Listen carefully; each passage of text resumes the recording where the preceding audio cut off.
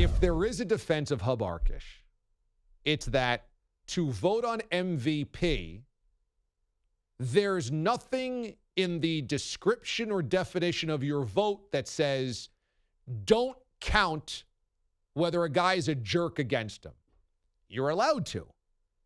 If you want to vote that way because you think that he's a jerk, that's an allowable vote. If you were to spin this out, Hub's original point included in the offseason, he wasn't there with his teammates. He was at war with his organization. He was at war with everybody around him. And he was ripping the team apart in the preseason, offseason with all of this drama. You know what? That's not what an MVP does. An MVP comes to work, shows up, rallies the troops, puts his personal beef with the organization aside, comes to win football games. And I don't believe he's the most valuable player because I think leaders should do more than that. He made it about himself. He wanted to go host Jeopardy. He wanted to do this, that, and the other thing. That's not what a leader does. That's not an MVP in my mind. And there might be some reason to that. I mean, Rodgers has been brilliant this season, but if you spun it back to the summer and you remember what our conversations were about Aaron Rodgers at that point in time, there was a lot of finger pointing of how selfish he was. And after week number 1, when the Packers got absolutely obliterated by the Saints, we were all saying, see, Rodgers let his own personal vendetta against his team rip apart the organization, and they're going to be a disaster this year. I personally would not have the same take as Hub Arkish, though, with even all of that as the backdrop. Because I believe whether a guy is a jerk or not is honestly not applicable to the MVP vote. That's my opinion. I think if you're talking about most valuable player, you're talking about the player who's the greatest player and the most valuable player between the lines. And whether or not that guy's an egomaniac, a jerk, this, that, or the other thing, to me, that can't factor in. It has to be about the play, and you can't argue with Aaron Rodgers' play. You just simply can't. You can make the argument for Jonathan Taylor. He's as valuable as any player to his team. You take Aaron Rodgers off the Packers, they're nowhere near what they are. You take Jonathan Taylor off of the Colts, they're nowhere near what they are. So, you can juggle those arguments, but I just don't think it's fair to make a guy's personality part of your most valuable player vote, unless you felt it affected the football team. And you can't make that argument. I did feel as though T.O., it was warranted to keep him out of the Hall of Fame with the first 2 votes. I thought that was warranted. Honestly, I would have said just the first vote. But I do think there has to be a penalty to being divisive, to being a distraction. That if we value the guys and value the women in locker rooms that bring people together, that bring teams together, that help elevate their teammates, you also then have to grade down the people that lessen their teammates. And undoubtedly, T.O. did that. Everywhere he went, he set fire to the relationships that he had with coach and quarterback. Everywhere. And I think that has to be weighed. It can't just be the good stuff you did. It also has to be how you affected things negatively. The problem is you can't make that argument for Hub Arkish with Aaron Rodgers. It wasn't just that he was great at football. The Packers are winning every football game. The Packers are the best team in football. They're the number 1 seed of the NFC. They don't even have to play the final week of the season, and they're already the number 1 seed. In an NFC that has Tom Brady and the Buccaneers, a very good Rams team, a very good Cowboys team, and a very good Cardinals team. So whatever it was about him being a jerk or an egomaniac or selfish, and whatever you think about the vaccine and whether he was elusive or not, it doesn't really matter because it didn't affect negatively the football team. And that's why he's deserving of the MVP honor. So that's where I stand on that. I'm going to throw a little bit of a grenade into this, though. We have personal experience with Aaron Rodgers. We were at the Final Four that was being held in Glendale, Arizona a couple of years ago. We were at a bar in Scottsdale, having a few drinks the night before the Final Four. And who walks in? There's a bunch of pseudo-famous people that are walking through this bar. It's an outdoor bar. It's a very warm March night, April night in Scottsdale. And here's Aaron Rodgers. And he walks in. And he sits down. It's all picnic tables. Sits down at a picnic table. I think he has a drink in his hand. And he's talking to one of his friends. There's a guy friend at the table, and I think a girl that's at the table as well. I mean, I'm just going to say there were a couple girls that walked up to that table. Okay, so were they sitting down with him, or they'd come up and... They'd come up, sat down at moments, but there was a bit of a cycle going on here. It wasn't like he was single-handedly with one girl. An anecdote, we have our suspicions based on timing that this might have been the week of the Olivia Munn dumping as well.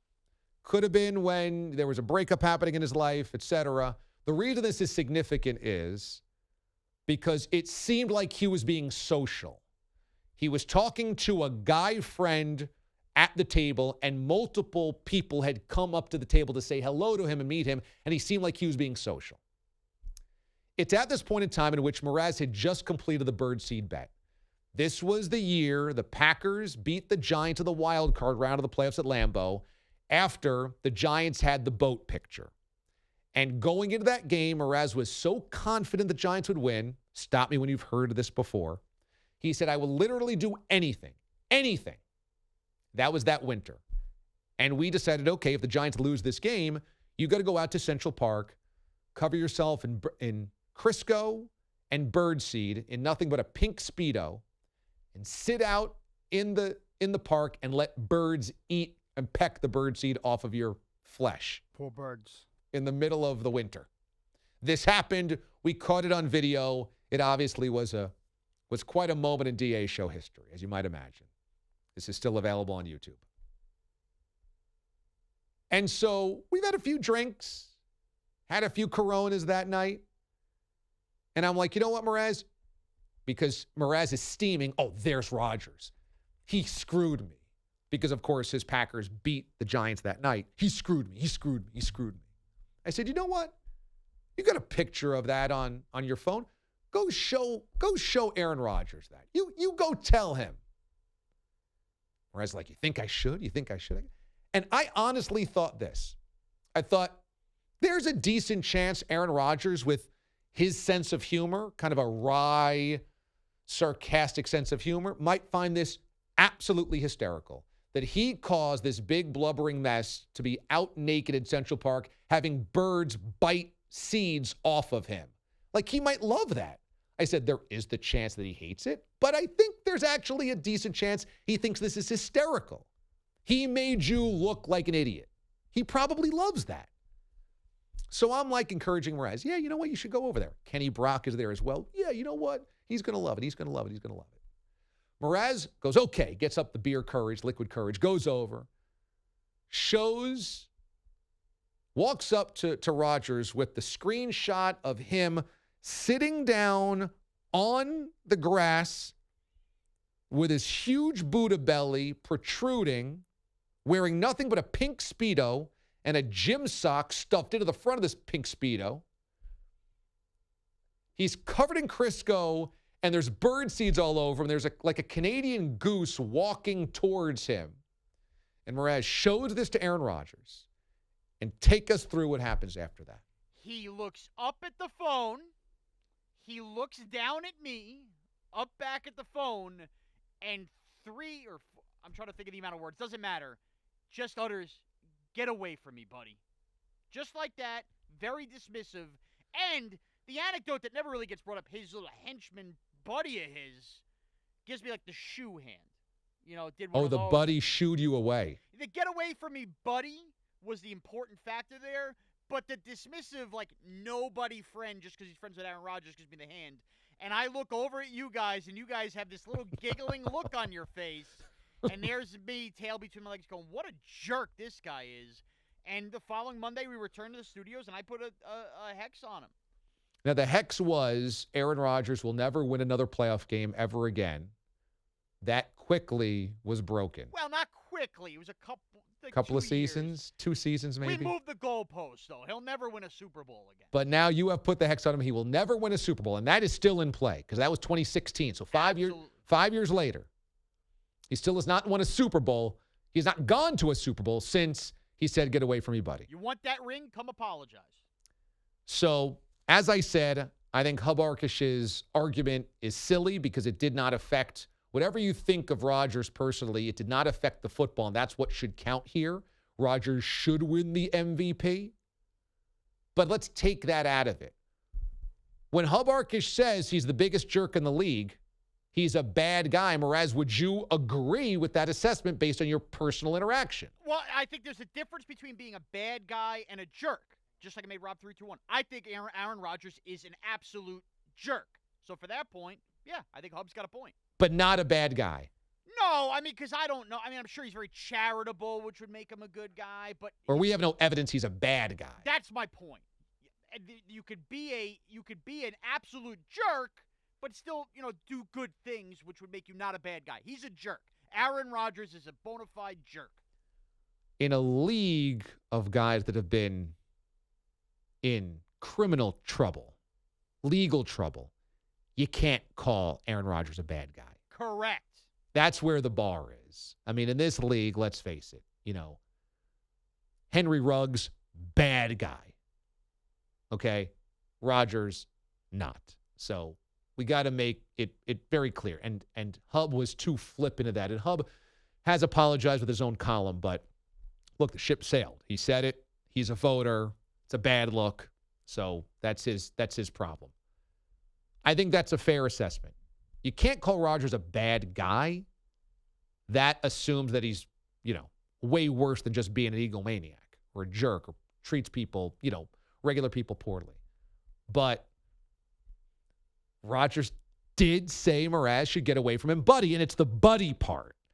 It's like a chief. It's like insulting. It's insulting. It's meant to make you feel like a puny moron. What's up, boss? Yeah, exactly. Get away from me, buddy, like I'm a chump.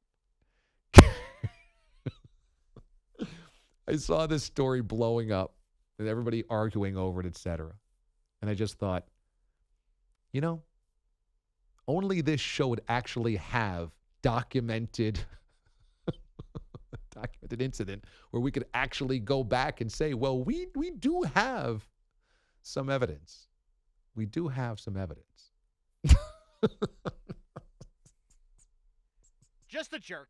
Just a jerk. Get away from me, buddy. Is still one of the great moments in show history. Truly one of the greats.